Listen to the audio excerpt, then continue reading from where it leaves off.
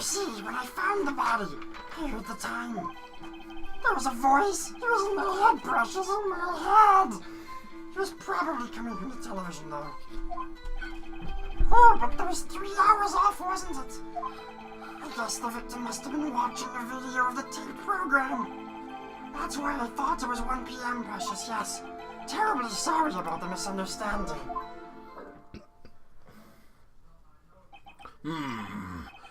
I see. You heard a voice saying the time on a taped program. Mr. Wright, you may cross-examine the witness. Right. You know what to do. I've got this one. Point out contradictions. I freaking hope so. Contradictions. Shut up.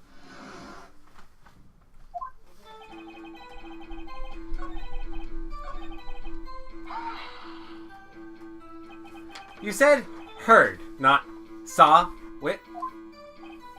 Yes, heard. All I saw was the body lying there. I didn't think to look at anything else, least of all my watch. Isn't that a little strange?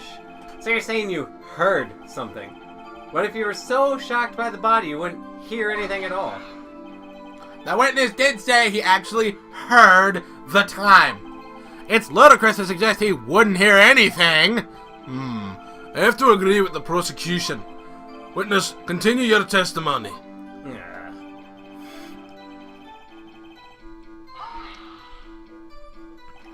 Are you sure it was a television and not a radio? Well, no, I guess it might have been a radio. Incidentally, there was no radio on the premises. There were only large television. Right? I can't put my finger on it, but something about this seems fishy. Fish! Something about hearing a television. So juicy, sweet! The witness has sang and testified he heard the time.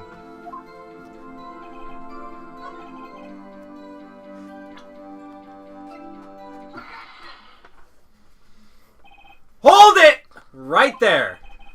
The prosecution has said there was a blackout at the time of the discovery. And this record proves it.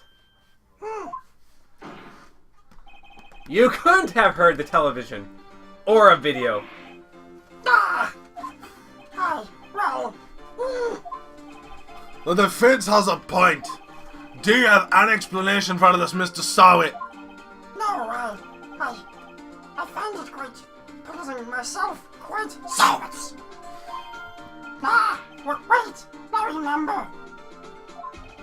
Mr. Sahwit, the court would prefer to hear an actionate testimony from the very beginning, so please get it right. These constant corrections are harming your credibility.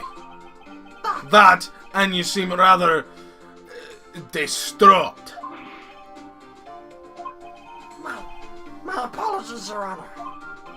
It must have been the shock of finding the body. Very well, Mr. Sahwit. Let's hear your testimony once more, please.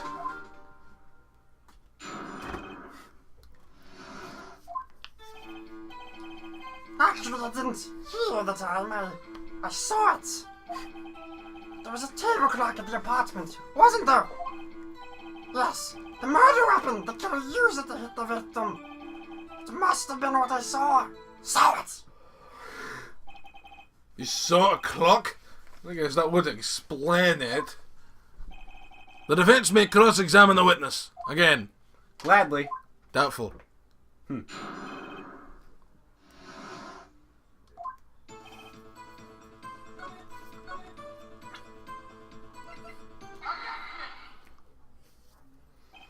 Wait just a moment. The murder weapon wasn't a clock.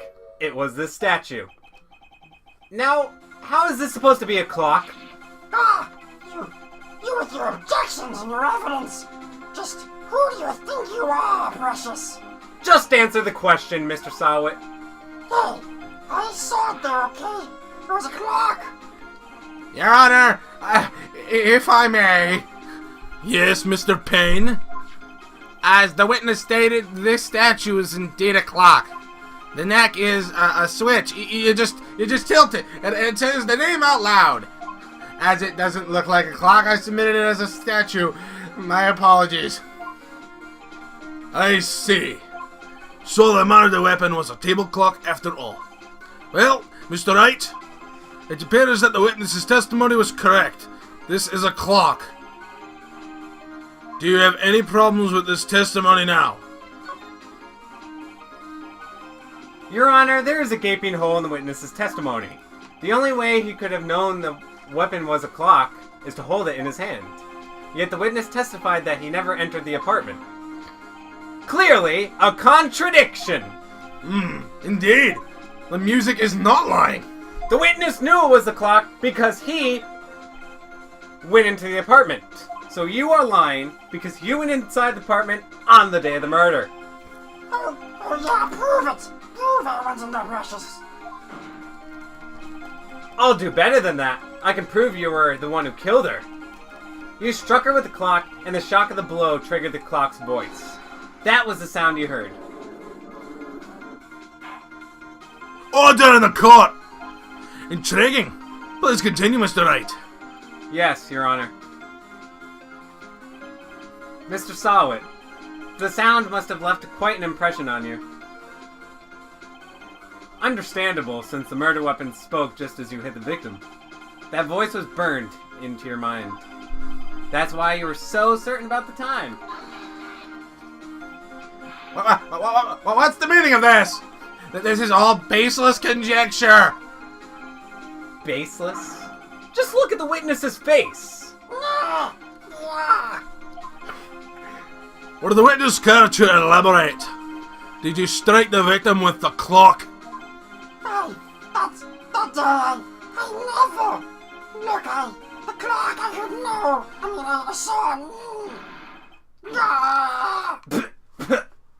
Oh, that's just nasty. Shut up. Go away and never come back. I hate you. It was him, I tell you. I saw him.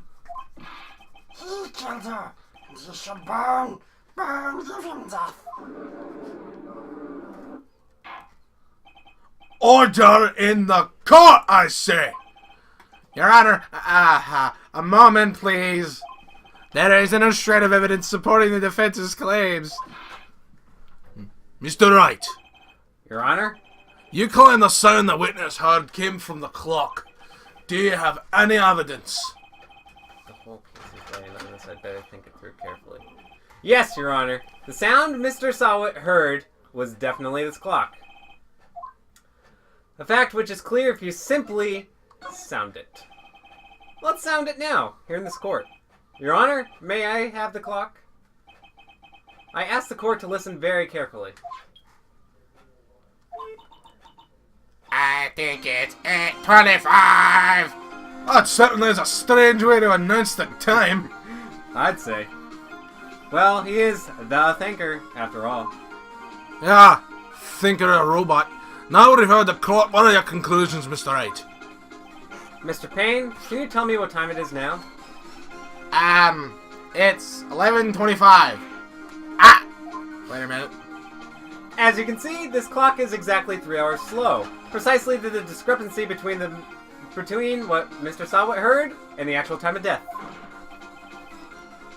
So, Mr. Sahwit, try to talk your way out of this one. I'd like to see you try.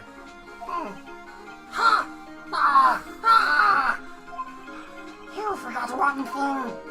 Oh, what's he talking about? It may seem like the clock is running 3 hours slow. Proves nothing. How do you know it was running 3 hours slow on the day of the murder? You can't prove that. You don't have a case, so. Right, how am I going to prove that? Damn it! That was so close. Mr. Wright, it seems you lack the critical evidence to support your claim. Yes, Your Honor. This means I cannot let you indict the witness. Unfortunately, this ends the cross-examination of Mr. Frank Sahwit. Smeagol's free.